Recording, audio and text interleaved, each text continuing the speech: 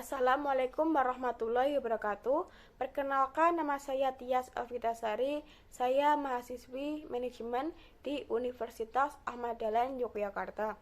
Di sini saya akan memenuhi tugas soft skill tahap 1, yaitu membuat video tentang ini kisahku.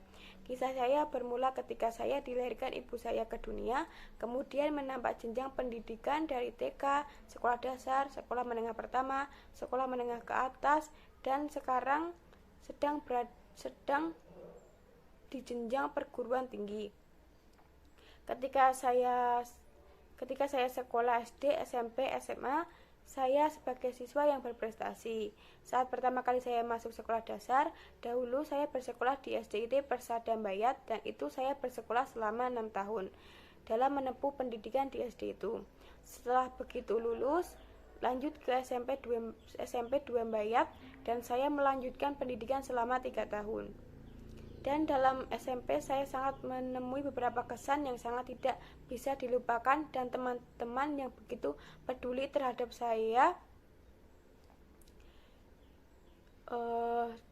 dan masuk dimana pada saat SMA ini saya banyak kesan dan kenangan yang tidak akan pernah lupa. Pada saat melakukan MOS pertama kali masuk, disuruh membawa perlengkapan dari berbagai jenis, mulai dari makanan, minuman, dan lain-lain, masuk di SMA 1 Bayat.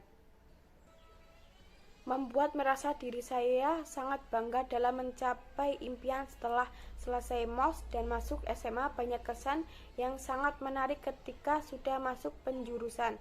Dan di situ saya langsung bertuju pada penjurusan IPA, dan di saat itu saya mulai langsung belajar sungguh-sungguh untuk masuk penjurusan yang saya inginkan. Dan ketika saya sudah masuk di SMA, itu saya sudah memikirkan setelah lulus SMA saya akan melanjutkan perguruan tinggi apa, kemudian jurusan yang saya ambil apa. Saat kelas 3 SMA tertarik ke universitas negeri, tetapi pada pertengahan semester ada universitas swasta yang mengadakan penyuluhan di sekolah kami. Saya mencoba mendaftar ke universitas tersebut, dan ternyata yang diterima di universitas tersebut tidak semua siswa satu kelas saya yang diterima, hanya sebagian siswa saja, terutama saya keterima di universitas tersebut.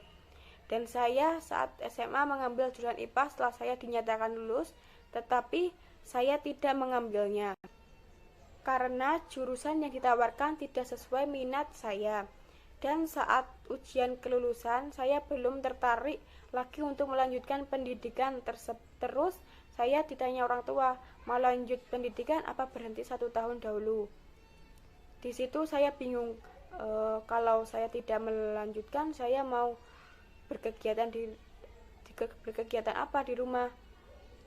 Dan saya memutuskan untuk kuliah, dan saya mengikuti SMNPTN dan SBMPTN, dan belum dinyatakan lulus. Dan saya mencoba mendaftar di Universitas Ahmad Dahlan dengan jalur tes tertulis. Di situ saya memilih 2 jurusan, dan saat hasilnya keluar, saya ternyata diterima di pilihan jurusan kedua.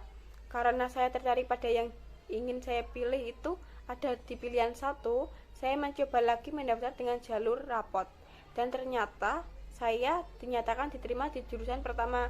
Dan disitulah saya bersyukur sekali, dan alhamdulillah Allah mengabulkan doa saya dan orang tua saya. Semoga saya diterima, dan alhamdulillah diterima di Universitas Ahmad Dahlan di program manajemen. Alasan saya mengambil jurusan manajemen karena banyak kesan terhadap cara kerjanya di perusahaan, dan saya sangat bangga sekali ketika cita-cita jurusan yang saya tuju akhirnya masuk. Meskipun sekarang ini berada lagi dalam situasi pandemi, namun saya tetap belajar dengan sungguh-sungguh pada jurusan saya. Saya berharap ketika saya lulus kerja di suatu perusahaan yang bisa capai dengan kerja yang bisa capai pada suatu bidang saya, yaitu manajemen. Dan saya ingin sekali ketika saya lulus dengan nilai yang sangat tinggi dan membanggakan kedua orang tua saya. dan juga yang telah mensupport saya dalam masuk jurusan kuliah ini, serta semoga bisa bekerja di tempat yang ternama dan terdapat kedudukan yang layak.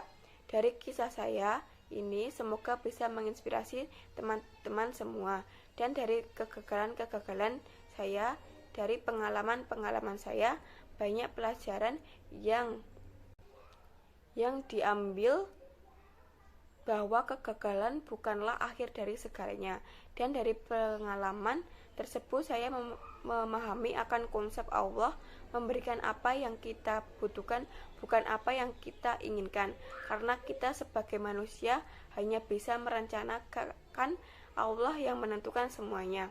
Mungkin itu saja yang dapat saya sampaikan, dan kurang lebihnya saya minta maaf. Wassalamualaikum warahmatullahi wabarakatuh.